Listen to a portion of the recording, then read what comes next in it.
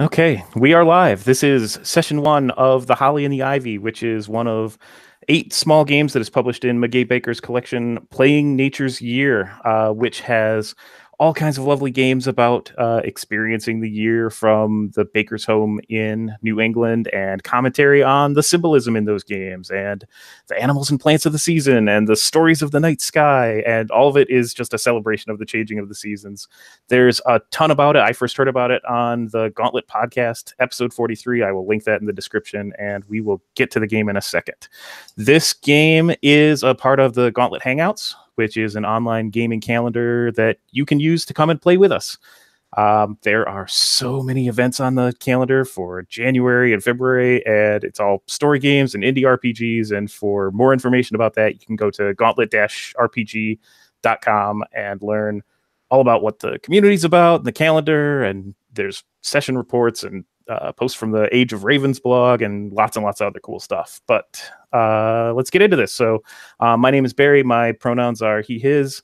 I've got an awesome table of players that I've never played with today, and I'm super excited. So I'm just going to go left to right in my thumbnails and ask folks to introduce themselves. So Anders. Hi, I'm Anders, he, him pronouns. I'm coming to y'all from Dallas, Texas. Awesome. David? Hi, yeah, I'm David. I also use he, him pronouns. I'm based in the UK, so I'm looking forward to Solstice Night tonight because it means I might soon see sunlight again, which would be nice. Awesome. Stephen? Stephen, I also use he, him pronouns. I'm from Washington, D.C. Awesome. And I am checking in from Michigan in the northern U.S., so I am very sympathetic to wanting to see longer days. Seems like I'm commuting in the morning in the dark and commuting in the night in the dark. So is everyone on the Roll for Your Party page? Everyone's got dice and everything there? Good here. Cool. So the Holly and the Ivy. This is a wishing game in which the great white stag is going to run through our county, trailing the rising sun in his wake. And if we can catch him, we may make a wish. I've set the dice page up with 10 dice for everyone. And the way that this game works is we're all going to roll our dice, and that's going to determine either what our destiny might hold in store for us or what fate we might want to choose for ourselves. Each of the sides of the dice is going to refer to one of 6 different types of wishes that we might want to make if we are lucky enough to catch the stag. Wishes about love or family and friends, health, wealth, a wish concerning this very day, which is already half within your grasp, or a wish concerning the wider world. And so what we're going to do to start the game is we will all roll all 10 of our dice. And then from there, you may want to choose the dice that show the most dice that show the same number, and follow that wish. Or if there's one of those 6 types of wishes that speaks to you that you want to pursue, you may choose that. So go ahead and just select your 10 dice, and at your I know that Roll for Your Party is not super good about doing things simultaneously, so we'll just I'll just have folks roll them in order. So Anders, if you want to let us know when your dice have been rolled, that would be awesome. Okay, my dice are rolled. Okay, cool. And David, the same for you.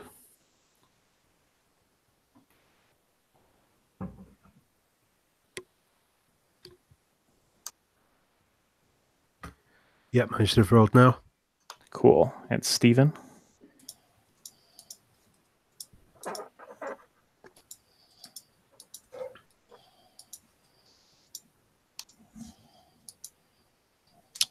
I have rolled. Excellent. And I'm going to pick a whole bunch of my dice and re-roll those. And cool. Okay, so based on the dice that you have showing, you're going to want to pick one of those numbers for the kind of wish that you want to make. Anders, what kind of wish do you think that you're going to try and make today? I am going to try to make a wish concerning family and friends. I choose my own fate. Okay, that sounds lovely. Do you want to move your dice with the 2s over into the center of the table then, under where it says wishes, just that way they're out of the way for you. David, how about you? I think I'm going to go for a wish about the wider world. That sounds lovely. So go ahead and move your 6s into the middle, and you can get those out of the way. Stephen, how about yourself? I'll make a wish about this very day. Oh, lovely. The best thing about the wish for this very day is that that's the only kind of wish that you can actually name at the end of the game. Otherwise, you're asked to keep the wish secret in the manner of all wishes. So that is very exciting. And I am going to, oh, geez. I think I too am going to make a wish concerning the wider world. So I'll move my 6s into the middle. Stephen, you have the most dice remaining to re-roll, and so I think you're going to get to start our process. And what we'll do for this is we'll just go in order of like my thumbnails, just because I've got the names written down. So it'll be Stephen, myself, Anders, David, and then wherever we start in that cycle with whoever rolls the most, we'll just use that order. Does that sound good to everybody? Sounds good. Cool. So Stephen, you're going to be rolling more than 6 dice, which means that I'm going to ask you to tell us a little bit about the environment that we're in as you roll those dice. All right, we are, as is traditional in the forest. It is well past sunset, and there is a partial moon by which we can see. A few of us are carrying torches, and the snow has a thin crust which cracks beneath our feet as we run. And I got 2 more 5s, which I moved to the middle. Cool. And so I'll take up things from there. I'm rolling 8 dice, so I too will narrate something about the environment. So the trees where we are, most of them have long dropped their leaves, but there are a stubborn few that are still hanging on to the last leaves of the season and the last vestiges of the last year of growth. The leaves are kind of purplish at this point. Some of them are just struggling to hold on, but still they're there. So I'm going to re-roll my dice, and I'm going to move my 6 into the middle. Cool. Anders. All right. I am rolling 8 dice, so make sure I have.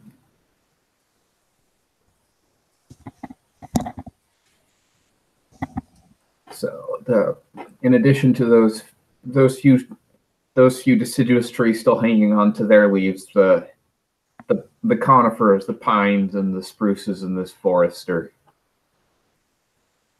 of course green regardless of the season, and the scent of their the scent that they carry like drifts across the snow as we move through the night towards the dawn and the stag. And one more die to a collection there. Cool. David? Yeah, so I'm also rolling 8 dice, so I'll be describing the scene as well. It's the deciduous trees have lost their leaves.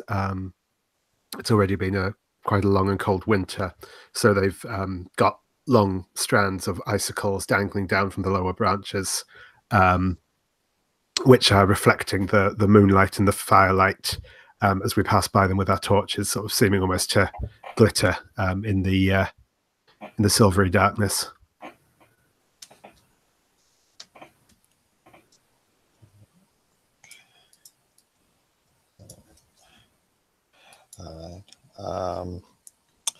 Let's see. And I rolled no sixes, so I'm remaining at 8. Right. Okay. And the air was still when we began the hunt, but as we run, it begins to blow, and it feels as if it's gotten much colder very quickly. We are all bundled up, but the wind just seems like it rips through our clothing, and the chill goes deep into our bones. And I got 2 more 5s. Okay, so Steven, the next time that you roll dice, you're actually going to get to tell us a little bit about the stag or the hunters, which is going to be cool. So, that brings us to me. And I'll have another roll about our environment. I think as that cold wind blows, it's blowing from the east, and with that shiver that runs through each of us, we're each warmed just very slightly by the sunlight just cracking over the horizon.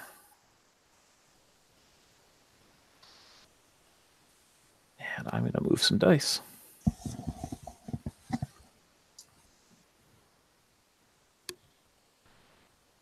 Anders. All right.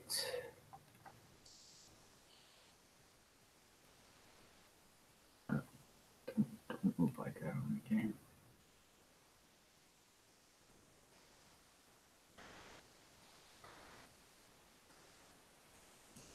So as the first hints of sunlight start to appear, even while the moon is still bright, the shadows as we move through the wood take on an even more dreamlike quality that between the moonlight's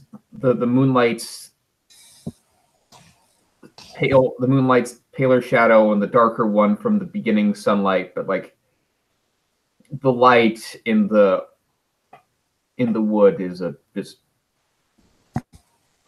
almost a magical thing in and of itself. You could see how this is a liminal time, and the light reflects that. We're on the edge of things. And nada. Okay. David. Yeah, so I'm still rolling 8. So, as the very faint pinkness of the dawn is approaching from the east, and you've still got that bright blue, or sort of darker blue, I should say, of the night sky, and you can just see a few thin clouds scudding across the sky, starting to sort of reflect back the light. When you get those sort of clouds where they don't seem to obscure the light so much, they seem to amplify it. We're just sort of starting to see little faint shapes in the clouds as they form above us. And I rolled 2 6s that time, so be moving those out. Very nice. Steven. Yeah, the white stag runs well ahead of us, but not so far that we ever lose sight of it. Its tracks are plain in the snow, and its hide glitters, even though there seems to be not enough light. And I got 2 more 5s. Amazing.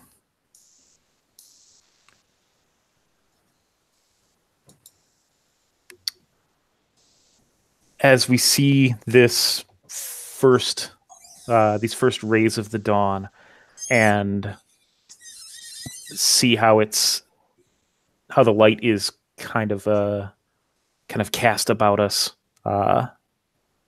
against the darkness of the night, I think that I reach down to the earth and extinguish my torch, in order to give the stag less warning that I am in his pursuit. And I'm going to move 2 dice into the middle. Anders. All right. As I'm still on describing the setting. So, but the light in the sky brightens as if it's the side of the stag is like drawing the dawn closer to us as we draw closer to our mark. The purple of the east is starting to move more towards a pink, and the stars above are starting to fade as the light comes back.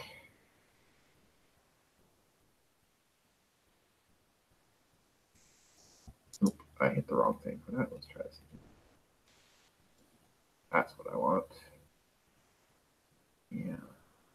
1. All right.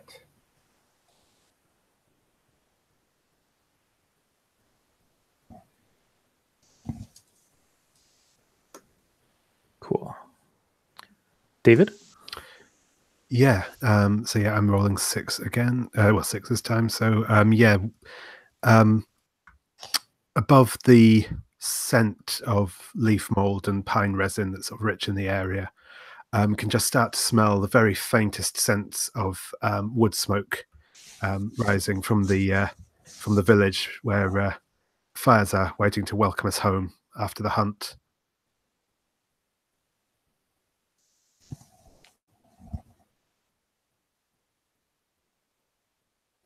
And that was 3 6s for me that time. So Excellent.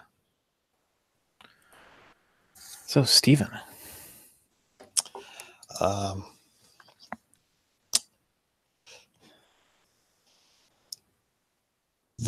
The hunt has been long, but all of the hunters are still fresh. Some of us carry bows, and although we are within bow shot, none of us are close enough to kill the stag with a single arrow, as the ritual requires. Other of us carry garlands of ivy to lay over its neck, but none of us are near enough to grace the stag with the garland. And I get 1 more 5. Very nice. The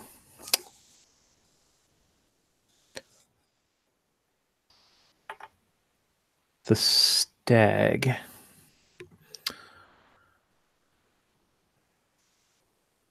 His antlers almost become lost in the silhouette that we see through the woods of bushes and branches that have lost their leaves, and so he's almost one with the winter landscape that we're seeing in that way. He's both of it and apart from it in that way. And I got a 6, so I'm going to move that in. Anders.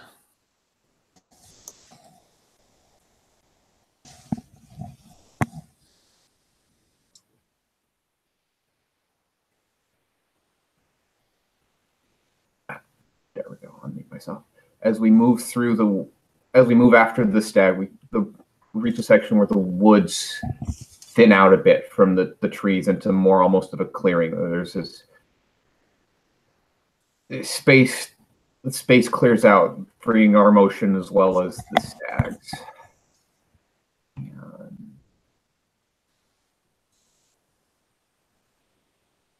Got one there. All right, there we go.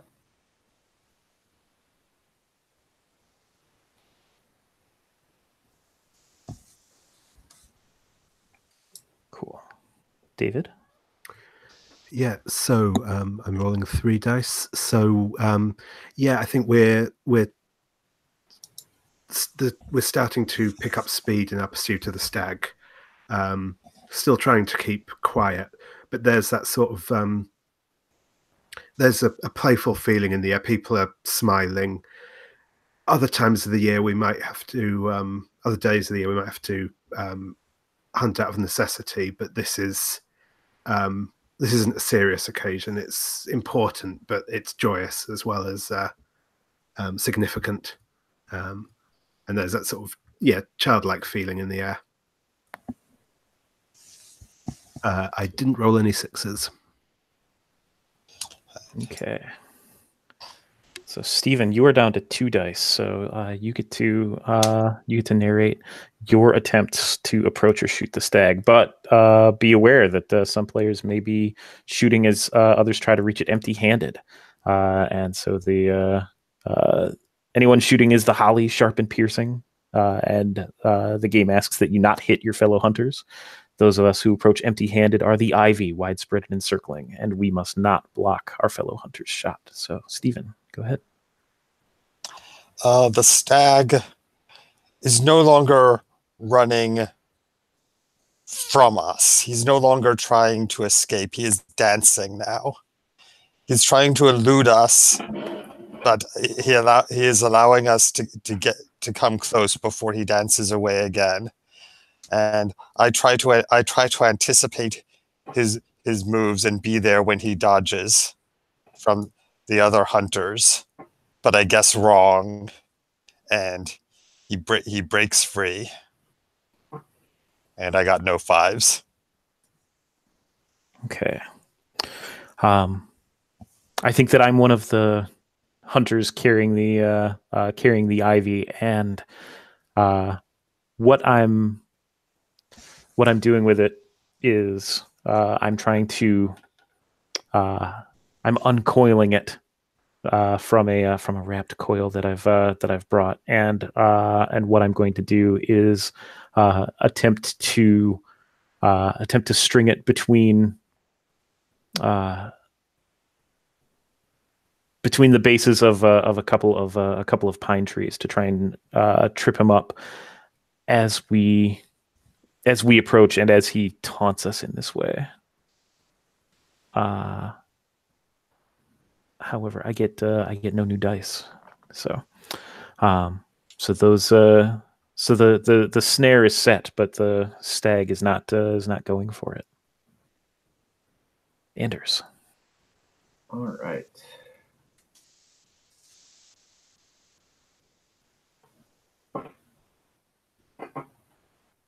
So while there are hunters with our group that are bearing bows, most of us are taking the path of the ivy, barehanded or bearing garlands of ivy. So, and we move out trying to circle around him, head him off before he dances away. As we play our part in this yearly ritual. This year, those few with bows seem hesitant to take the shot. This feels a year where the stag will, whatever happens, the stag will leave alive.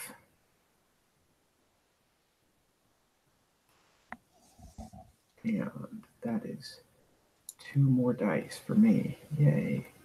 Awesome. David. Yeah, so I'm rolling 3 dice again. And as the stag skitters and prances through the snow, kicking up little tufts of snow, like plumes of smoke, as it does. The way the light catches its eyes looks for a moment almost like there's intelligence in them. And no sixes again, unfortunately. All right, and I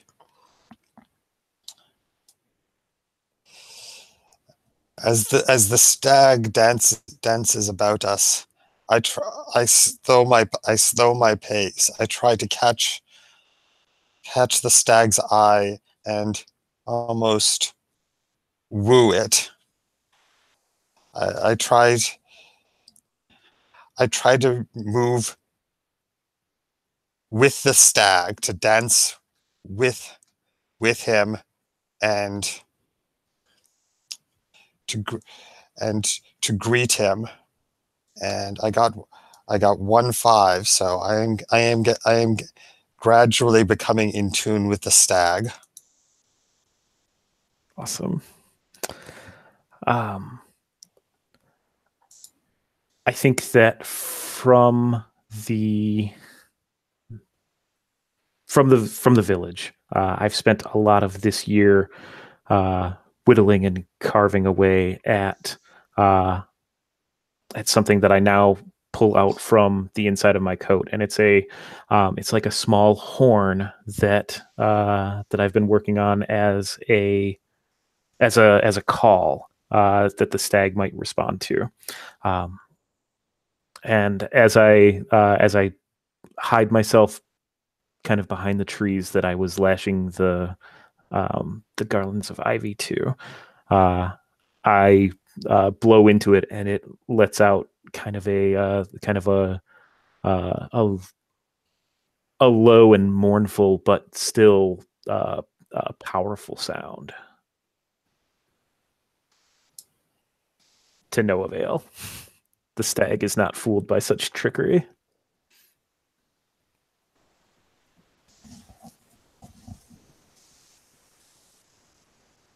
Anders, you're up. All right. So this is my heart's pounding as I see us close around the stag, dancing with us, and the hunters moving in our own parts of the dance, feeling unsure and slow compared to the grace of its movements as we play our part in this yearly ritual. Yeah. Nada.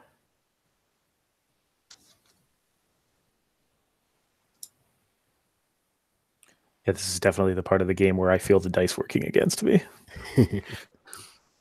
David. Yeah, so I'm rolling 3 again. The two of the other hunters both make a leap for the stag, but it darts away from them, and they crash into each other and fall into the snow. And rather than get up and continue their pursuit of the stag, they wrestle in the snow, pushing handfuls of snow into each other's faces and laughing and giggling as they do. That's a 6, so I'm down to 2. The joy of the ritual has clearly taken hold. Stephen.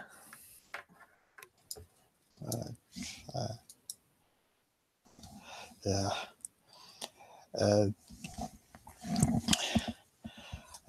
I feel more and more in tune with this with the stag, and gradually my steps move in pace with his. I approach, but another hunter startles the stag, and he darts away. And I rolled a 1, so I don't move the dice in. Okay. I still have 2 dice. So having seen the folly of trying to trick such a wise and majestic animal. I feel like I need to engage it on its terms, and so I tuck my horn back into my coat to take back to the village as a curio, if nothing else, and I think that I'm going to try to approach the stag by kind of hunching myself over and trying to move as kind of playfully as he's been taunting us. I look like a fool doing it, and you will all have a lovely story to tell your families when you return.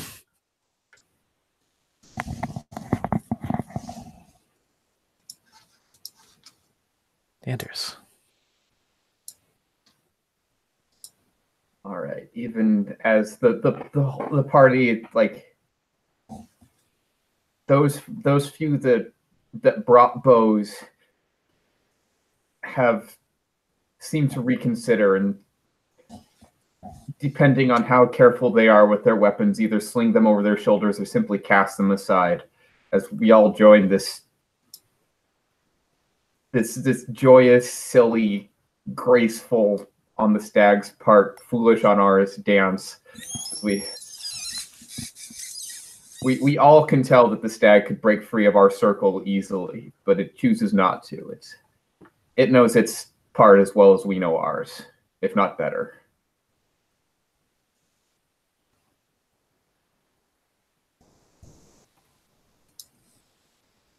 And He's a crafty one. David. Yeah, so I'm rolling 2 dice. So at this point, I've moved into the circle with the others, and as the deer comes, there's a stag comes towards me. I make a lunge for it and manage to get a hand up and touch its velvety antler. I managed to slip a little sprig of ivy around there, but I'm not able to get a firm enough grip to hold it down. And I drop to my knees in the snow and sort of get back up and back away again. And I do not roll any 6s. Okay. Yes, I approach the stag with my garland of ivy, and I reach up to drape the ivy around its neck, but at the last moment it darts to one side, and I almost feel like it's laughing at me. And I did not roll 5. Okay. I am going to roll my dice before I narrate what I'm going to do because I want to see how successful I am. Oh, partially. That seems very Baker-esque, so that feels good. The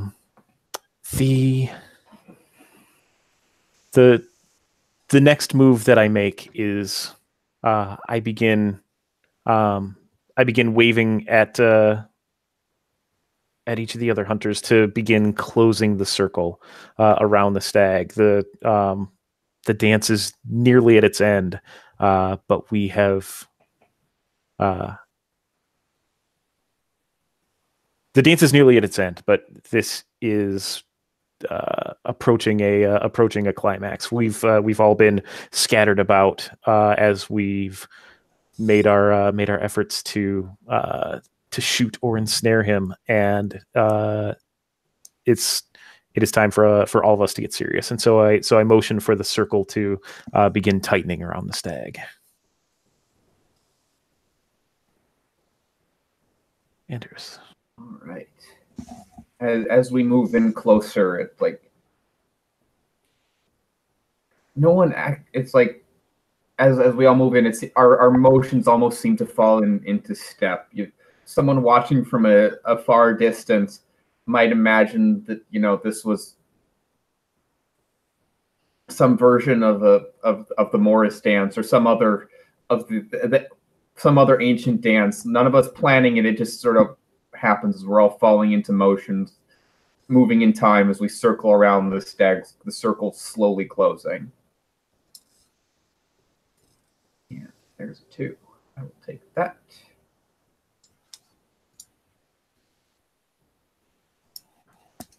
Excellent. David?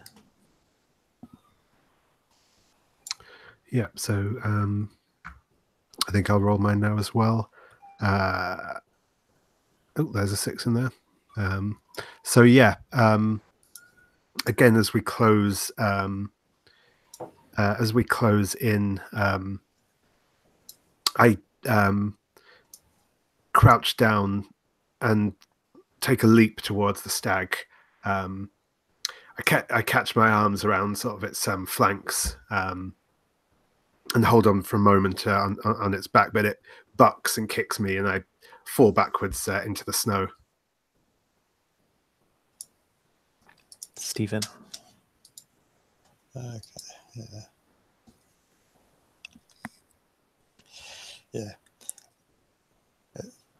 As the circle tightens, and the hunters crowd around me, I try to match the stag's steps, but it becomes harder and harder.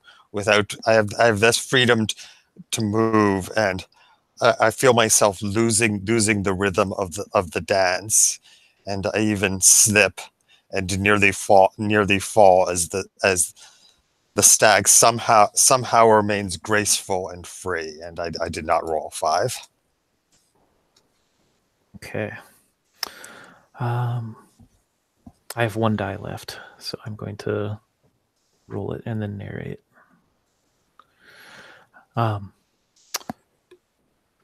David, after I've seen you kind of leap at it from the rear, I know why that didn't work, and that is that all of the stag's power is in his hind legs, and even though his vision and more importantly his antlers are in front of him, he would need to be charging me to try and bring those to bear on me, and so I try to approach him from the front, and am terribly surprised when he rears up on his hind legs and threatens to buffet me with his hooves, and I roll left to the ground and consider my mistake. Anders.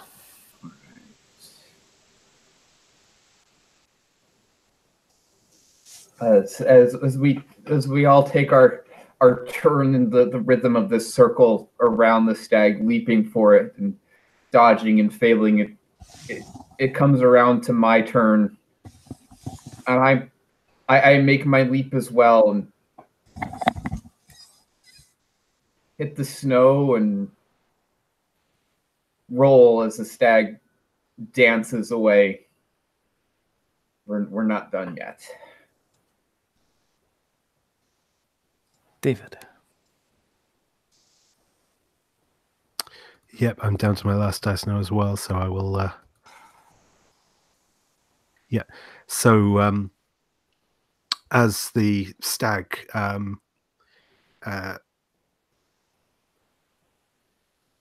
lowers its antlers towards another member of the circle, I come in from the side and attempt to grab it round the neck. I don't get purchase on it again. It's strong. It waves its head back and forth, and I can't keep a grip. But once again, I manage to garland its neck in a wreath of ivy. Stephen.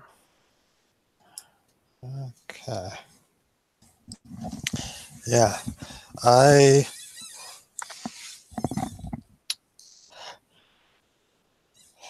Yeah. the stag is still within the circle, but the circle itself has gotten a little more ragged as each of us has tried to dart in and failed.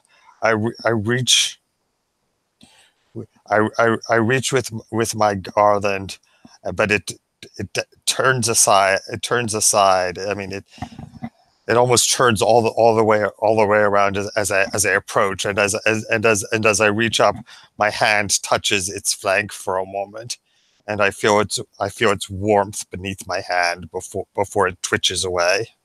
And again, I did not roll a 5. Okay. From the opposite side of the stag, I get back up to my feet, and Stephen, I see you on the other side of the stag, and my ivy. I try to take a coil of it, and holding on to one end, I toss the other coil across the stag to you. Each of us have been trying individually to get the stag for ourselves, and I want to try and work together for this. So I'll re-roll my die. Oh no, I didn't anticipate this. I've rolled a 6. I've rolled a 6, and as the ivy goes across the stag's back, and we're able to use it as almost a rein across the stag's body, and it suddenly the dance has stopped, and it turns and eyes each of us in turn. And holding onto the ivy, I walk up to the stag, and I put one hand just up beneath its mouth, and lean in very close to it. You can hear me whisper something, and then I give the stag's head just kind of a short stroke from the nose up to the top of its head, and the stag lays down, and all may approach it.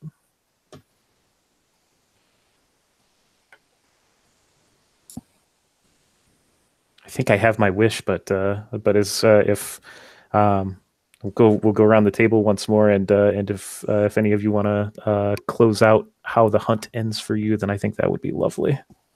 So, Anders, as the stag kneels and the hunt is over, I step forward in my turn and bow to the stag, leaving its space. I did not claim this. I didn't claim the hunt, so stepping closer would be presumption. But I bow to the stag before stepping back and away to allow it to depart for another year. David. Yeah. I approach the stag, and with the remnants of holly and ivy, more artfully adorn its antlers with them, and then step away. Stephen. Yes. I approach the stag respectfully, and as I draw near, its head lifts up, and it looks straight at me, and I see a twinkle of amusement in its eyes before it gets up and runs away. Amazing.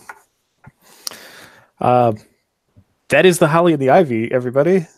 I was not intending to.